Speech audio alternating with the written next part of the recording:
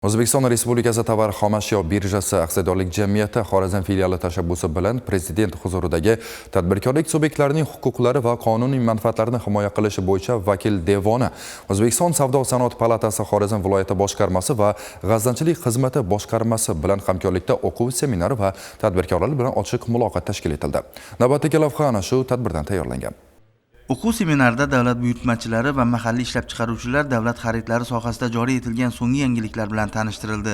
Xususan, Vazirlar Mahkamasining 2025-yil 21-noyabrdagi farmatsevtika mahsulotlari bo'yicha davlat xaridlarini amalga oshirish mexanizmlarini yanada takomillashtirish chora-tadbirlari to'g'risidagi qarori mazmun-mohiyati haqida atroflicha ma'lumotlar berildi. Bundan tashqari, O'zbekiston Respublikasi tovar xomashyo birjasi elektron tizimi operatorining elektron tizimda davlat buyurtmachilari va mahalliy ishlab chiqaruvchilarga bir qator qulayliklar yaratilganligi yuzasidan ham tushuntirishlar berildi.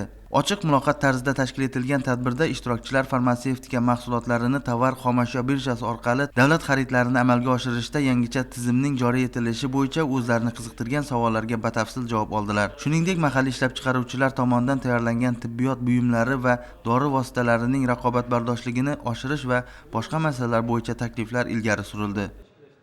Ushbu seminarning tashkil qilinishidan asosiy maqsad mahalliy ishlab chiqaruvchi va davlat buyurtmachilarining davlat xaridlari sohasida joriy etilgan so'nggi yangiliklar bilan tanishtirishdir. Davlat xaridlari elektron tizimi operatorlarining elektron tizimida Farmaxarid.uz moduli yaratildi. Bu davlat buyurtmachilari farmatsevtika mahsulotlarini faqat shu modul orqali sotib olishlari kerak bo'ladi. Bundan tashqari, mahalliy ishlab chiqaruvchilar uchun elektron do'konda tovarlar katalogini shakllantirish mexanizmi, sun'iy intellekt yordamida moderatsiya jarayonlarini avtomatlashtirish, sertifikat va litsenziyalar to'g'risidagi ma'lumotlarni avtomat yuklash imkoniyatlari yaratildi. Buning natijasida tadbirkorlik subyektlari uchun qulay imkoniyatlar yaratiladi. O'quv seminari yakunida yangi platforma orqali davlat xaridlarini amalga oshirishga doir amaliy tavsiya va takliflar berildi.